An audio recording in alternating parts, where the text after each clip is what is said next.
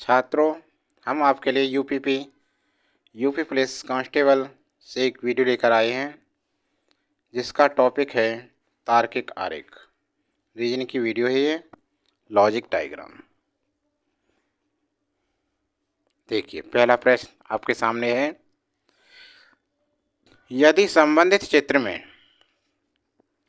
त्रिभुज, स्वस्थ, सर्किल, वृत्त पुरुष और आयत वृद्धों को दर्शाता है, तो उन पुरुषों की संख्या कितनी होगी जो कि स्वस्थ हैं लेकिन वृद्ध नहीं है। ध्यान दो, ये कह रहा है त्रिभुज स्वस्थ व्यक्तियों को दर्शा रहा है, स्वस्थ, और आयत दर्शा रहा है वृद्धों को,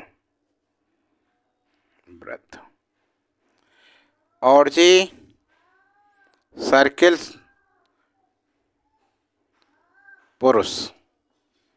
ठीक है, अब यहाँ पूछ रहा है ये उन पुरुषों की संख्या कितनी होगी जो कि स्वस्थ हैं लेकिन वृद्ध नहीं हैं। इसका क्या है अर्थ?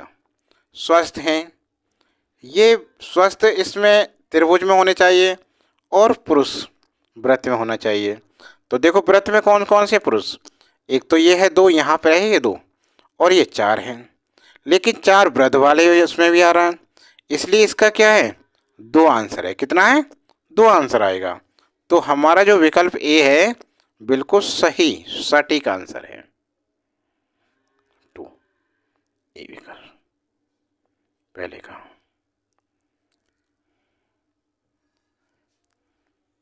दो आंसर पहले का विकल्प ए, 2 आंसर है। समझ में आ गया? अगला प्रश्न देखो,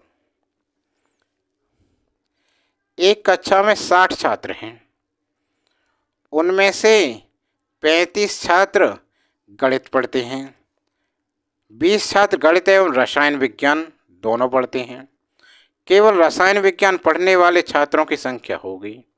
तो देखो, इसे वेन डायग्राम से करेंगे, एक ये रहा, एक ये रहा। अब माना ये वाला जो सर्किल है ये है गणित के छात्रों का, और भाई ये वाला है रसायन विज्ञान। ठीक है, अब ध्यान से देखो, 20 छात्र गणित एवं रसायन विज्ञान दोनों पढ़ते हैं, तो 20 यहाँ आ जाएगा मध्य में, क्योंकि 20 दोनों का है, ये गणित भी है और रसायन भी है। उनमें से 35 छात्र गणित पढ़ते हैं, ये नहीं कह रहा 35 छात्र गणित पढ़ते हैं कि रसायन नहीं पढ़ते हैं, रसायन भी पढ़ सकते हैं। तो 20 तो ये हो गए, 15 ये हो गए, तो गणित के कितने हो गए देखो, 15 + 20 35। ठीक है ना? अब कुल कितने हैं? कुल छात्र हैं 60, और जो गणित पढ़ रहे हैं वो कितने हैं? 35। अब ये कह रहा है केवल रसायन विज्ञान, तो इसका मतलब इस वाले केवल इसमें नहीं आना चाहिए। तो 15 और 20 ये इनको 60 में से घटा दो, 15 20 35 हो गए, इनको हमने घटाया तो 10 में से 5 गए 5, यहाँ 5 रह गए, 5 में से 3 गए 2। तो केवल रसायन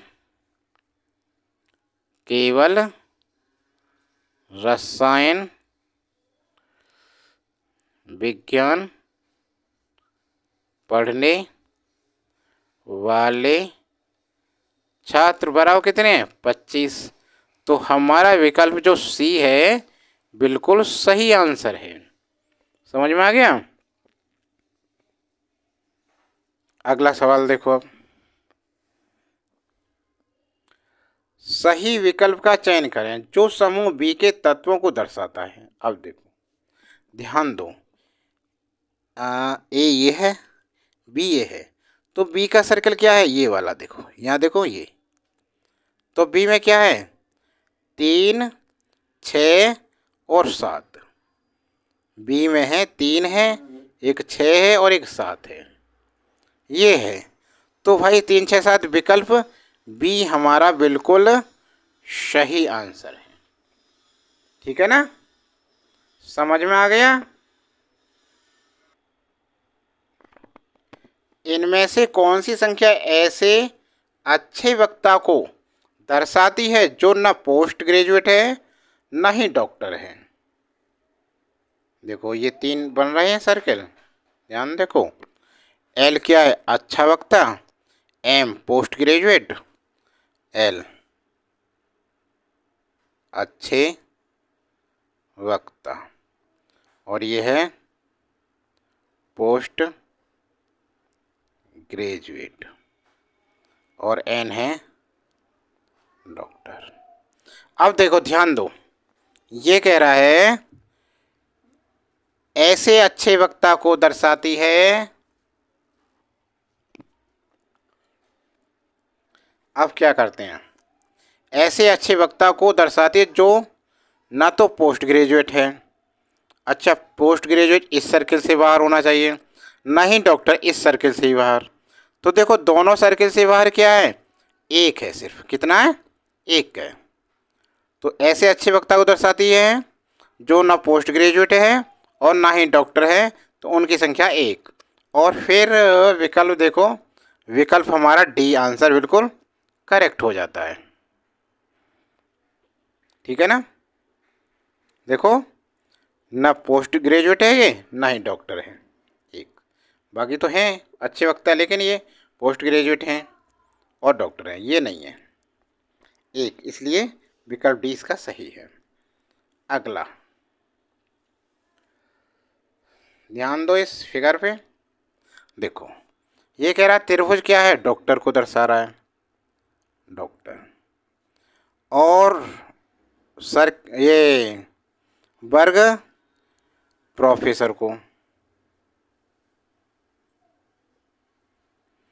और सर्किल कह रहा है विवाहित व्यक्ति।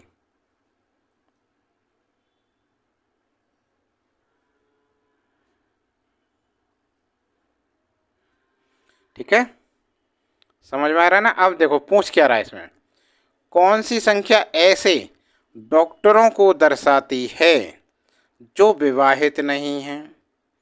कौन सी संख्या ऐसे डॉक्टरों को दर्शाती है जो विवाहित नहीं हैं? देखो विवाहित नहीं है तो डॉक्टर तो 1, 5, 2 ये हैं। अब 2 और 1 3 हो सकते हैं, विवाहित नहीं है, लेकिन ये है कि नहीं कह रहा कि इसमें विवाहित हैं। डॉक्टरों को दर्शाती है जो विवाहित नहीं हैं, ये तो हो गया, लेकिन प्रोफेसर नहीं है। तो डॉक्टर के लिए सिर्फ 1 है ये, ध्यान दो 1 वाला। तो इसका भी विकल्प डी इसका सही आंसर आएगा। ठीक है छात्रों, वीडियो कैसी लगी? वीडियो अच्छी लगी तो लाइक करना, कमेंट बॉक्स में लिख कर बताएं, ज़्यादा से ज़्यादा शेयर कीजिए वीडियो को।